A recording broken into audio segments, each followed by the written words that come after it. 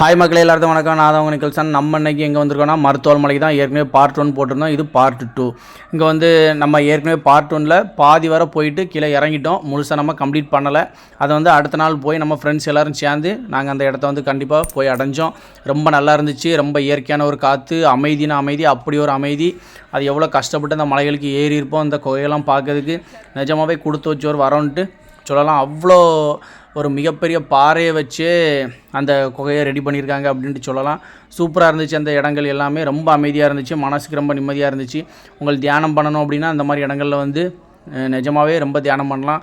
இந்த மலையை வந்து 20 நிமிஷத்தில் ஏறக்கூடிய ஆட்களும் அங்கே இருக்காங்க. ஏன்னா அவங்க வந்து டெய்லியும் மலை ஏறிட்டு இருக்காங்களாம். அதை நாங்கள் கேள்விப்பட்டோம். இன்னும் லேடிஸ் கூட மேலே ஏறுறாங்க வராங்க, அந்த மாதிரி இருந்துச்சு. எல்லாமே அந்த காலத்தில் வாழ்ந்த சித்தர்கள், ஞானிகள் அவங்க தவம் பண்ணதுக்காக ரொம்ப அமைதியான அந்த இடத்த தேர்ந்தெடுத்திருக்காங்க. அது மட்டும் இல்லாமல் சித்தர்லாம் அகத்தியர் மாமுனிவர் வந்தும் இந்த இடங்களுக்கு வந்திருக்காரு அப்படின்ட்டு தகவல் சொல்லுது. அதனால் நாங்கள் வந்து காலையிலே பிளான் போட்டு எல்லாரும் கிளம்பிட்டோம். கிட்டத்தட்ட நாங்கள் ஒரு 7-8 பேர் இந்த ட்ராவலில் இருப்போம். கண்டிப்பாக வீடியோ கண்டிப்பாக பாருங்கள், உங்களுக்கு கண்டிப்பாக பிடிக்கும். நம்ம வீடியோ பிடிச்சினா மறக்காமல் லைக் பண்ணுங்கள், ஷேர் பண்ணுங்கள், சப்ஸ்கிரைப் பண்ணுங்கள். வாங்க வீடியோக்குள்ளே போகலாம். அவ்வளோதான்.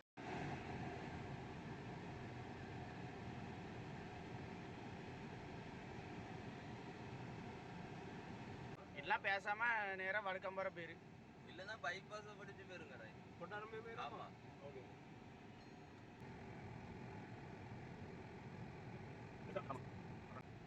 ஓகே மக்களே, ஒரு வழியாக நம்ம லொக்கேஷனுக்கு வந்தாச்சு. அந்த மலையை தான் நம்ம வந்து ஏறணும். அந்த மலையில் ஏறினா தான் நம்ம வந்து அந்த குகைகளை பார்க்க முடியும். நீங்களும் எங்கள் கூட சேர்ந்து பாருங்கள். அங்கே போகிறதுக்கு முன்னாடி நாங்கள் கடைகளில் வந்து எங்களுக்கு தேவையான தண்ணி, பிஸ்கட்டு இதனால வாங்கிக்கிட்டோம். அது மட்டும் இல்லாமல் மேலேயும் ஒரு கடை இருக்குது அப்படின்ட்டு நான் ஏற்கனவே சொல்லியிருந்தேன். அதனால் அங்கே போனால் நமக்கு மோர், அன்னாச்சி பழம், நெல்லிக்காய், மாங்காய் எல்லாம், அது மட்டும் தண்ணியும் வச்சுருப்பாங்க. எல்லாமே நமக்கு கிடைக்கிது. அதனால் கொஞ்சம் தூரம் போனதுக்கப்புறம் அங்கே போய் நம்ம இதனால் வாங்கிக்கலாம் அப்படின்ட்டு நாங்களும் நடக்க ஆரம்பிச்சிட்டோம்.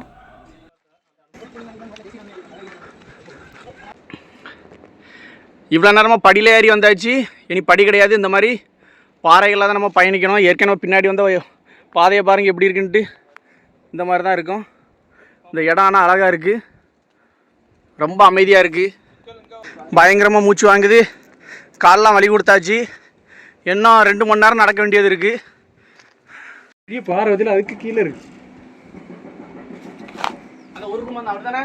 ஆமாம்.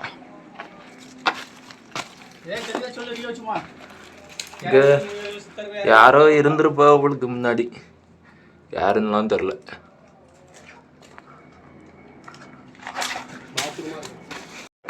உனக்கு எப்படி இருக்கு ராஜேஷ் இந்த இடம்? இந்த இடம் பார்க்கறதுக்கு நல்லா இருக்கு. அவ்வளோதானா? பாருங்க எவ்வளோ கஷ்டமாக இருக்குன்ட்டு பாறைகள்லாம். இதில் தான் நம்ம ஏறி போகணும். ஆனால் இது நீங்கள் கஷ்டமாக இருக்குன்னு தான் நினைப்பியா? நிஜமாகவே கஷ்டமாக தான் இருக்குது.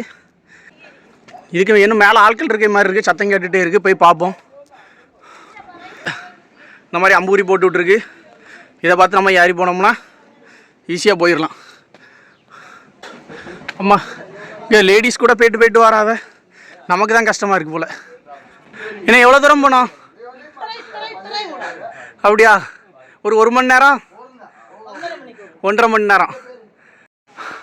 பார்க்க தான் பக்கத்தில் இருந்தே மாதிரி இருக்குது. இன்னும் ஒரு 1.5 கிலோமீட்டருங்க. 1.5 மணி நேரம் நடக்கணுமா?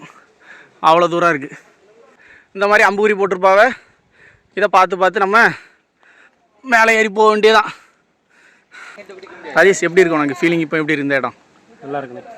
அவ்வளோதானா? சிம்பிளாக முடிச்சிடாதியா? ஆமாம். கொஞ்ச நேரம் ரெஸ்ட் எடுத்தாச்சு. மறுபடியும் நம்ம நடக்க ஆரம்பிச்சாச்சு. கீழே நிறைய பேர் நடந்து வந்துட்டு இருக்காங்கன்னு நினைக்கிறேன். பயங்கர சத்தமாக இருக்குது. பயங்கரமாக மூச்சு வாங்குது. இன்னும் நிறைய பசங்க காலேஜ் பைக்கு நினைக்க நடந்து வந்துட்டு இருக்கானே.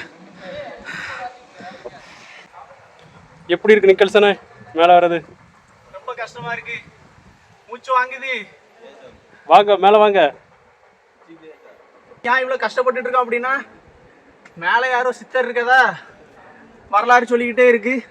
போய் பார்த்துருவோன்னு தான். அப்படிதான் ராஜேஷ்? ஆமாம். போட்டோம். முனிரா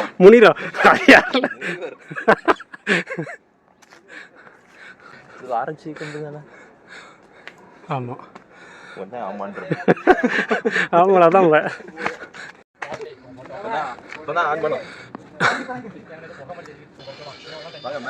வேற எப்படி இருக்கிறீங்க?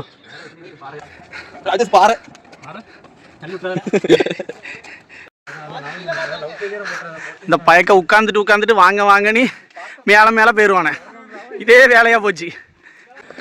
இங்கே ஒரு நல்ல இடம் தான் நமக்கு வந்து நிழலாக இருக்கு. இவ்வளோ நடந்து வந்ததில் ஃபுல்லாக வெயில். நம்ம இதில் இருந்து கொஞ்சம் குளுக்கோஸை உடம்புக்கு ஏற்றினாதான் அடுத்தது நீ மேலே நடக்க முடியும். எனக்கு பாய்க்குதான் வேற தண்ணி வாங்கிட்டு உள்ள போகுது. நம்மகிட்ட 4 பிஸ்கட் இருக்கு. இப்போ ஒரு பிஸ்கட் சாப்பிட போகிறோம். ஏன்னா 3 பிஸ்கட் இருக்கு. நம்ம மேலே போயிட்டு கீழே இறங்க வரைக்கும் இதான் நமக்கு சாப்பாடு. அதான் அவனுக்கு மட்டும் எங்களுக்கு வாங்கிட்டு நல்ல காற்று வரும் இதுல. 2 லிட்டரு தண்ணி குடிச்சாச்சு. நான் இது 4 லிட்டரு போயிட்டுருக்கு. தண்ணி தான் முக்கியம். சோறு வாங்கி தர மாட்டேங்கிற தண்ணி குடிச்சாலும் 2 லிட்டர் தண்ணி குடிச்சேன். என்னது மக்கா அது? அரிய வகை உயிரினம். உயிரினம் உயிரினமா ஏதோ அது பருத்தி எங்கேயாவது உளமா இயற்கையா பஞ்சு வேற அந்த இடத்துல மழை தண்ணி படும்போது சுருங்கிருமோ முளைச்சி வரும். அப்படியா? அப்படிதான் இது பரவும். ராஜேஷ் வந்து இப்போ கண்டினியூவாக 1 வாரமாக மலை ஏறிட்டு இருக்கான். அவன் உடம்பு நல்லா குறைஞ்சிட்டு. ஆனால் அவன் பனியனை கலத்தினா கொஞ்சம் சதை தான் தொங்கும். வேற ஒன்றும் இல்லை. நல்லா குறைஞ்சிருக்கு. 90 கிலோ இருந்தா இப்போ 97 இருக்கு. 97 நல்லா மெலிஞ்சிட்டான். ஃபண்டா இருக்கணும். வேற இப்படின்னா அப்படிதான் இருக்கும்.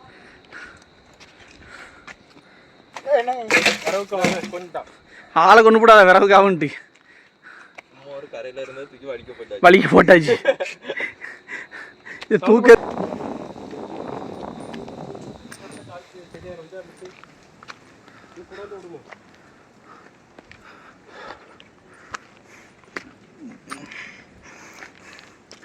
அதில் நம்ம இயற்கை அழகெல்லாம் ரசிச்சுட்டு பழையபடி நடக்க ஆரம்பிச்சாச்சு.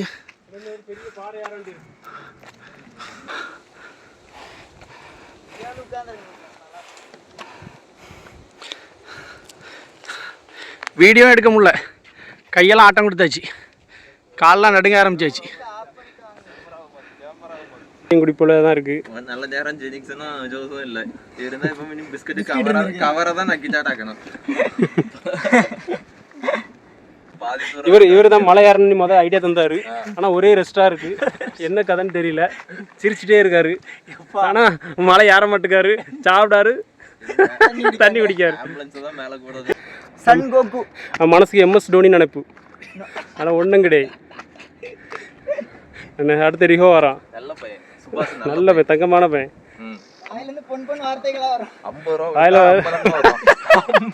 வாயிலிருந்து வர்றது எல்லாமே தங்கமான வார்த்தைகள். அடுத்து இவர் வர்றாரு. இவரு வாய் மட்டும்தான் இருக்கு, வேற ஒண்ணும் கிடையாது. சாப்பிடணும், தூங்கணும். ரொம்ப மோசமா இருக்க பாக்க. மலையில வந்துட்டு இப்படி சொல்ற ஒரே ஆள் இவர் தான். ரொம்ப மோசமா இருக்குங்காரு. இவர் தார் ரோடு போட்டால் தான் நல்லா இருக்கும். இவருக்கு மட்டும் இந்த குகை ரொம்ப கஷ்டமா இருக்கு. ஆனால் வரைக்கும் ஒரு இருக்கு.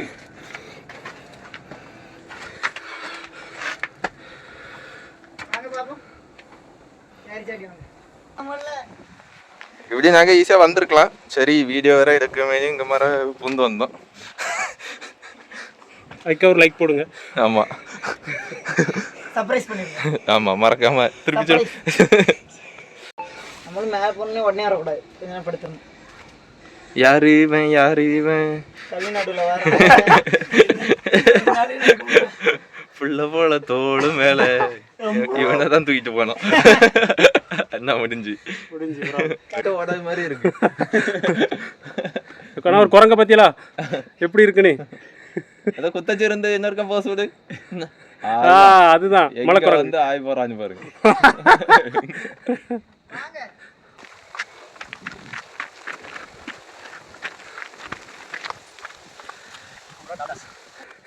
டோனியை பாருங்க, கையில சாப்பாடு பார்சல் எல்லாம் சொல்ல உடனே மூச்சு வாங்கும், அதை சொல்ல மாட்டேங்கிறீங்க. இப்படி டைமிங்கில் இப்படி இங்கே கொஞ்சம் ரோடு பரவாயில்ல, நல்லா இருக்கு. நான் வந்துட்டுன்னு பைக்க சொல்லிகிட்டே இருக்கானே, இதே தான் ரொம்ப நேரமாக நடந்துகிட்ருக்கு. அங்கே ஒரு மஞ்சள் கொடி வேறு தெரியுது. நம்ம கிட்டத்தட்ட வந்துட்டோம் தான் நினைக்கிறேன். இந்த வியூவையும் பார்த்துட்டு போயிடும். செமையாக இருக்குது.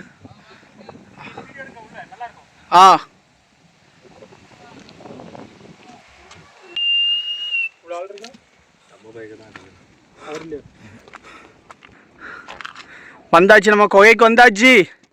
சக்ஸஸ்.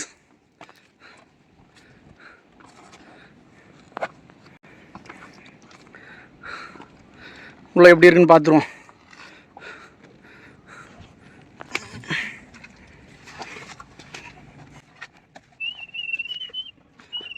என்ன குகை ரொம்ப இதாக்கப்பா.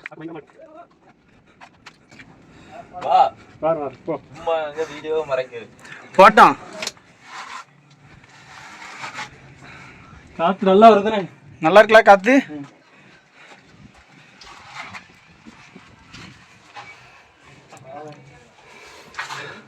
நல்லா இடுக்காக இருக்குது. கொஞ்சம் பார்த்து உட்காந்து தான் நம்ம இறங்கணும். சூப்பராக இருக்குது. ராஜேஷ் என்ன அழகாக போகிறான் பெரு வந்து எலி மாதிரி போகிறானப்பா.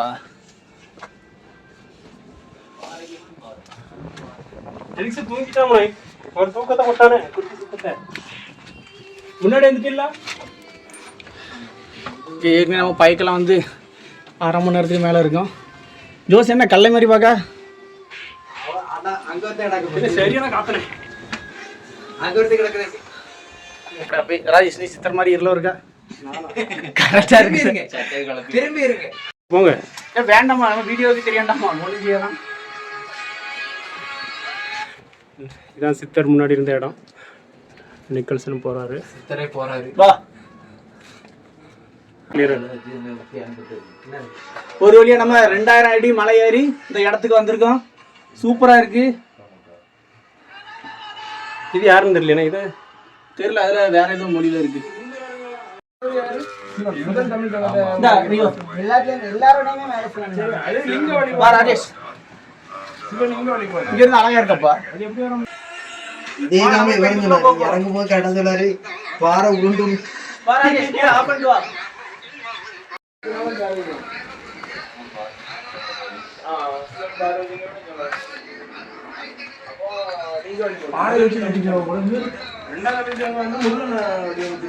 மிகப்பெரிய பாறை. பாறையே அழகா இது பண்ணி கட்டியிருக்காங்க. சூப்பரா இருக்கு.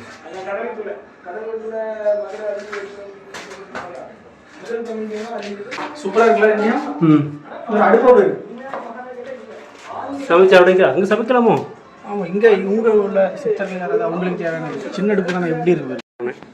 ஆமாம், இங்கேயும் பூசை தான். இப்போ அந்த இதில் விளக்கு கொளுத்துவா போல பத்தியா? இருக்குது எங்கேயும் இடங்கள் 2-3 இடங்கள் இருக்குவே.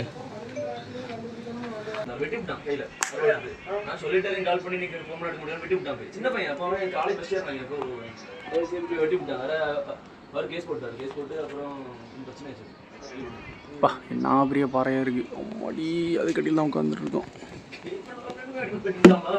தண்ணி இல்லை.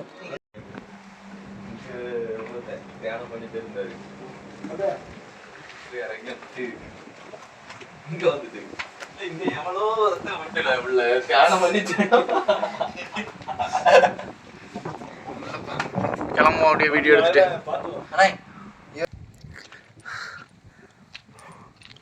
இதுக்கு மேலே தான் கோயில் இருக்குது. நம்ம கீழே இருந்து தவம்பனோடைய இடம் அது.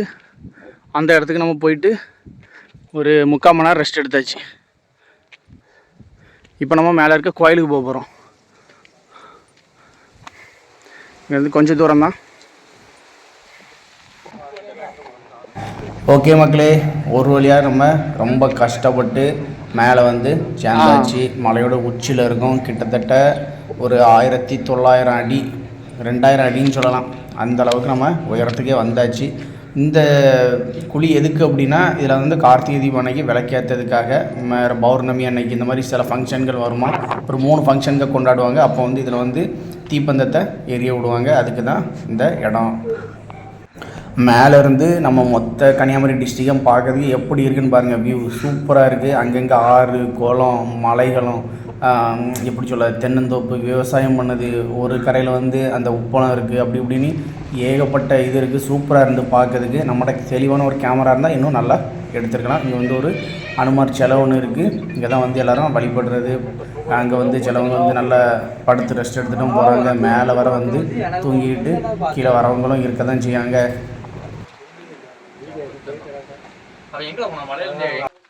ஓகே மக்களே, நம்மளோட பயணம் இதோடு முடிவடைய போகுது. நம்ம வந்து மேலே எல்லாத்தையும் பார்த்தாச்சு. எல்லா குகைகள் கோயில்கள் என்னென்ன இருந்துச்சோ எல்லாம் பார்த்துட்டோம். நம்ம வந்து இந்த கரடு முரடான பாதையில் வந்து ரொம்ப கஷ்டப்பட்டு பயணித்து இவ்வளோ தூரம் வந்து நம்ம ரொம்ப என்ஜாய் பண்ணோம். மனசுக்கு ரொம்ப நிம்மதியாக இருந்துச்சு. நீங்களும் இந்த மாதிரி மலைகள் எதுவும் ஏறி இருந்தால் கமெண்ட் பண்ணுங்கள்.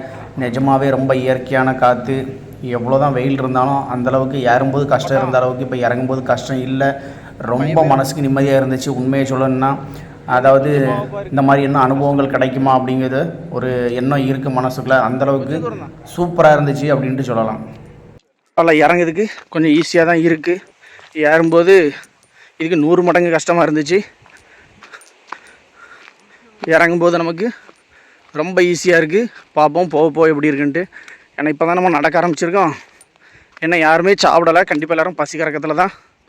எப்படியாவது கீழே போனால் தான் சாப்பாடுன்ட்டு வேகமாக இறங்குவாங்க.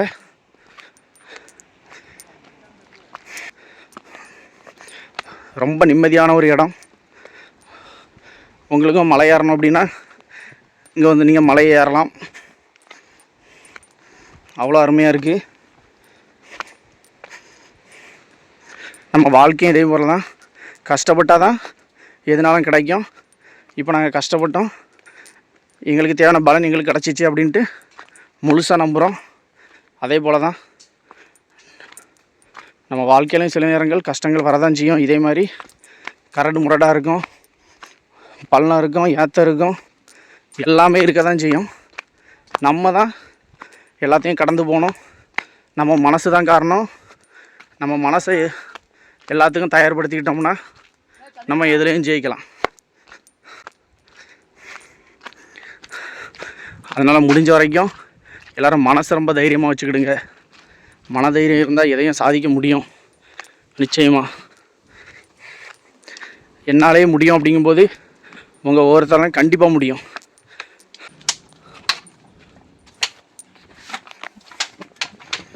நல்லா காற்று வருது.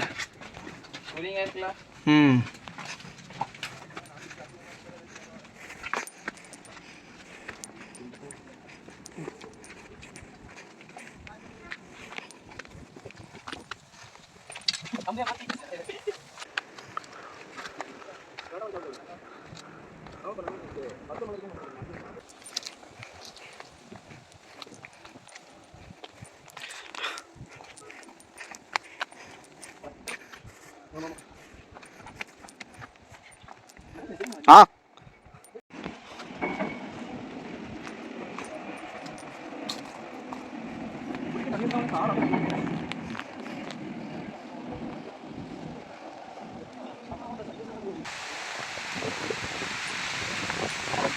என்ன ஜோஸு கொள்ளு போட்டு கொண்டை மாதிரி இருக்கு. நீதான் 3வது கப்ப குடிக்கும்.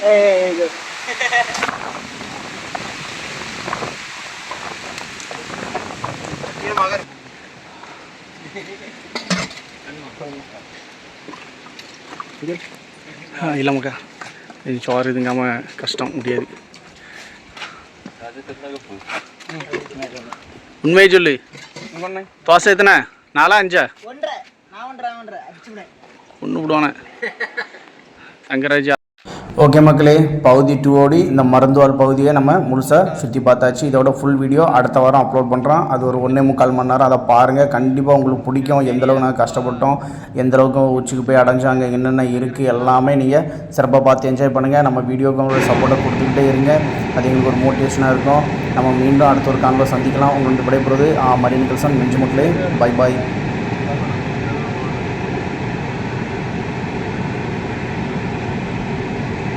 எல்லாருக்கும் முன்னாடி